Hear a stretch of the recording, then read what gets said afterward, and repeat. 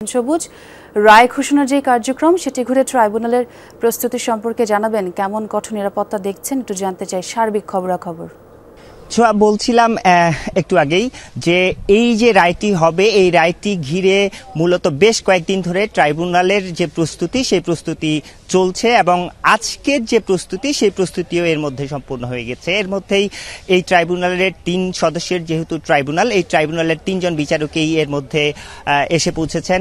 ট্রাইব্যুনালের যে prosecution team তারাও এসে পৌঁছেছেন এবং বিশেষ করে স্টেট ডিফেন্স আমির হোসেন তিনিও কিছুক্ষণ আগে এসে পৌঁছেছেন। সেই হিসাবে ধরে নেওয়া যায় যে ১১টার দিকে আদালত শুরু হওয়ার কথা এবং সেই হিসাবে আমরা বলতে পারি যে সারা দেশবাসী আমরা অপেক্ষা করছি এবং সারা দেশবাসী অপেক্ষা করছে এই রায়টির জন্য।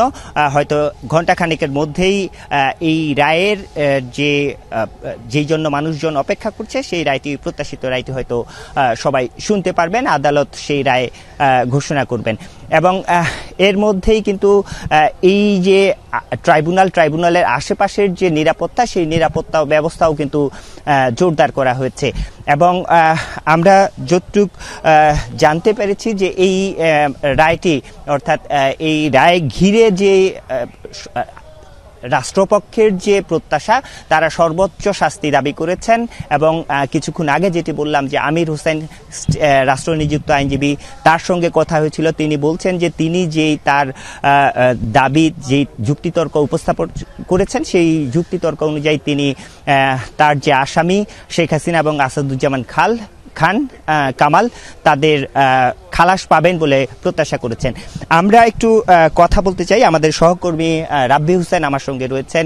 তিনি এই মামলাটির আদ্যপ্রান্ত ফলো করেছেন, কাভার করেছেন। তিনি শুরু থেকে মামলাটির যখন মিস কেস হিসাবে এই প্রসিকিউশনে দাখিল করা হয় তখন থেকে বিচার প্রক্রিয়া যখন শুরু হয় সেই বিচার প্রক্রিয়া শুরু থেকে এবং শেষ পর্যন্ত যে রায়ের তারিখ গত 13 তারিখে যে রায়ের তারিখ ঘোষণা করা হয়েছিল সেই পর্যন্ত তিনি আদালতে কাভার করেছেন। তার কাছ থেকে জানতে চাই, প্রসিকিউশন তাদের মতো করে তারা বলছেন যে সর্বোচ্চ শাস্তি তারা দাবি করেছেন, সেই হিসেবে তারা সাক্ষ্য প্রমাণও আদালতে হাজির করেছেন। প্রায় 10,000 নথিপত্র তারা এই আদালতে সাবমিট করেছেন এবং 84 জন সাক্ষ্যের মধ্যে 54 জন সাক্ষী সাক্ষ্য দিয়েছেন।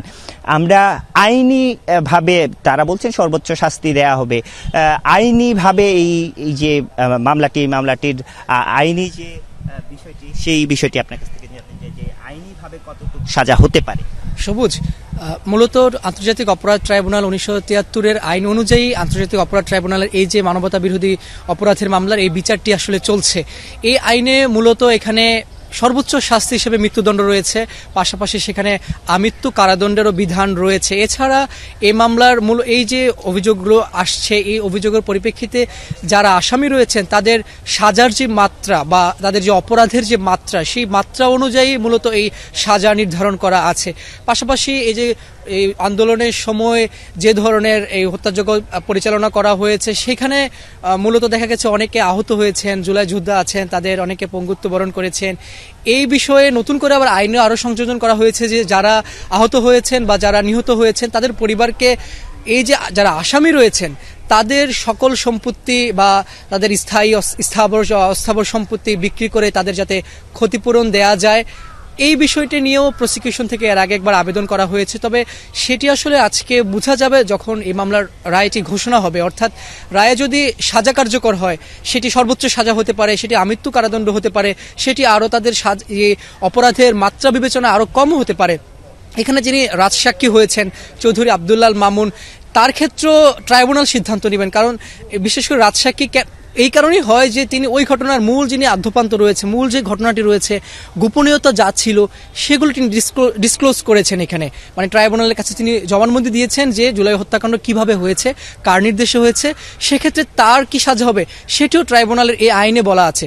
সেখানে হয়তো সেই বিবেচনায় তাকেও সাজা দেওয়া হতে পারে, তবে কত বছর কার কি সাজা হবে সেটি এখন আসলে বলা সম্ভব না, যেহেতু সাব জুডিশিয়াল ম্যাটার।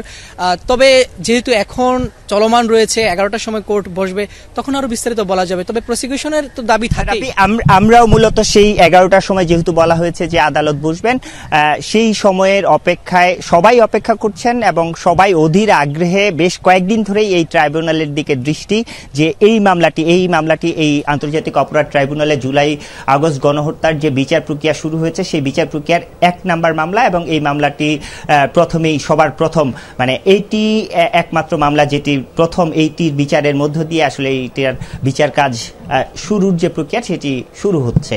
জি, সবুজ এবং রাব্বি দুজনকেই ধন্যবাদ প্রত্যেক ঘন্টায় ঘন্টায় আমাদের আপডেট দেওয়ার জন্য।